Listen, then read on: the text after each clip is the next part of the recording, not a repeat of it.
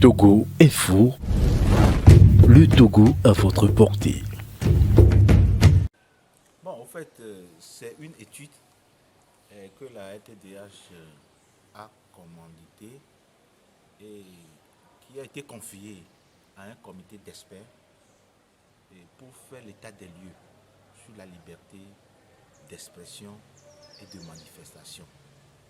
Donc, il y a une équipe d'experts qui ont fait une enquête, une étude et une enquête approfondie et qui ont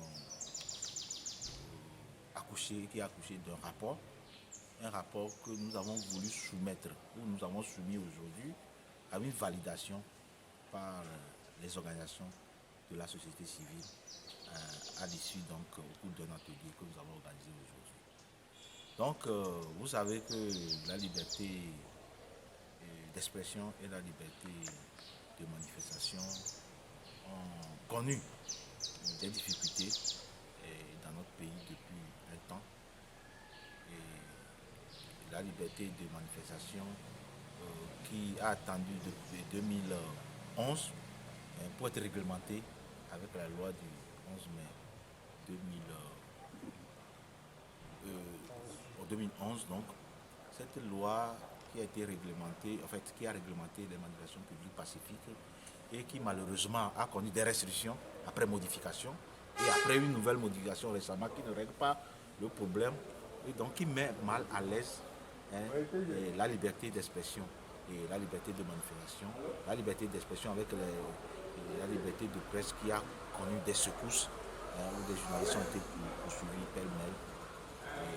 Pas dans les règles de l'art, tout ça là. Donc nous avons demandé à ce qu'il y ait une équipe d'experts qui fasse l'état des lieux, qui nous permette de voir ensemble avec les autres organisations de la société civile, défenseurs des droits de l'homme, qu'on ait un rapport qui sera accompagné de recommandations à l'endroit de nos autorités et qui de droit. Quels sont les principaux griefs contre ces libertés que ces experts ont eu à déceler? Non, vous savez, c'est des atteintes à la liberté de presse où la poursuite des journalistes par moment n'a pas été faite conformément au code de la presse. Il y a eu des exemples qui ont été cités dans le rapport. Il y a également le cas de la liberté de manifestation. Aujourd'hui, on a l'impression que la liberté de manifestation n'existe plus puisque, vous savez, depuis toujours, pour organiser une manifestation publique pacifique, il faut faire une déclaration. Maintenant, cette fois-ci, on a l'impression que la déclaration doit être d'abord acceptée. Ou du moins, il faut faire quand même la déclaration, mais il faut attendre en retour une autorisation. Ce qui voudrait dire que ce n'est plus une déclaration, c'est une demande d'autorisation de la manifestation. Et donc, ça restreint fortement la liberté d'expression et de manifestation. Donc, c'est ce cas-là qui a été relevé dans le rapport et qui sera publié très prochainement après les amendements et autres que les autres collègues défenseurs des droits de l'homme, des autres associations, en présence d'un représentant du ministre des droits de l'homme que nous avons fait ensemble ce matin. Ce rapport n'arrive pas un peu tard quand on sait que c'est récemment l'année dernière que la loi sur la manifestation a été réadoptée? Vous savez que le rapport couvre la période de 2018 à 2021. Donc, il n'y a pas à dire que c'est tard. Et de toute façon, même si vous pensez que c'est tard, il vaut mieux tard que jamais.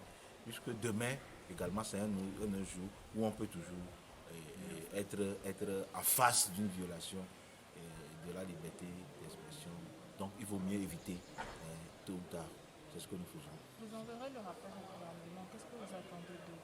Nous attendions du gouvernement qu'ils prennent en compte les recommandations qui vont sur le rapport.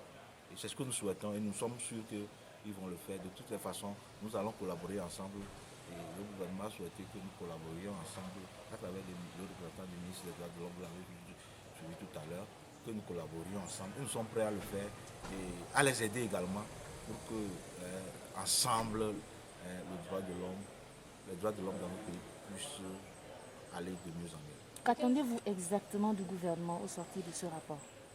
En notifiant surtout les recommandations.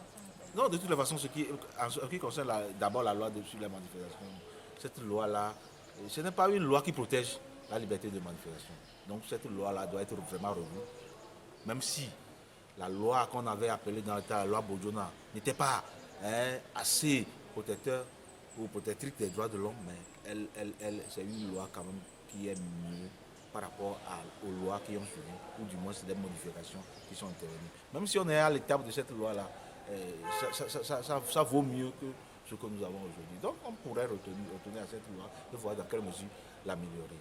Et puis par exemple, par rapport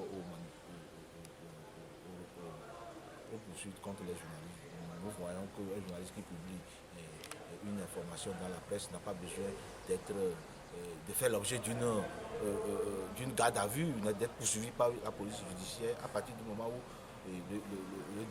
nous assistons dans notre pays à une dépénalisation du délit de la presse. Donc, autant de recommandations qui sont contenues dans le rapport qui seront transmises au gouvernement, et nous pensons que ces recommandations-là seront suivies.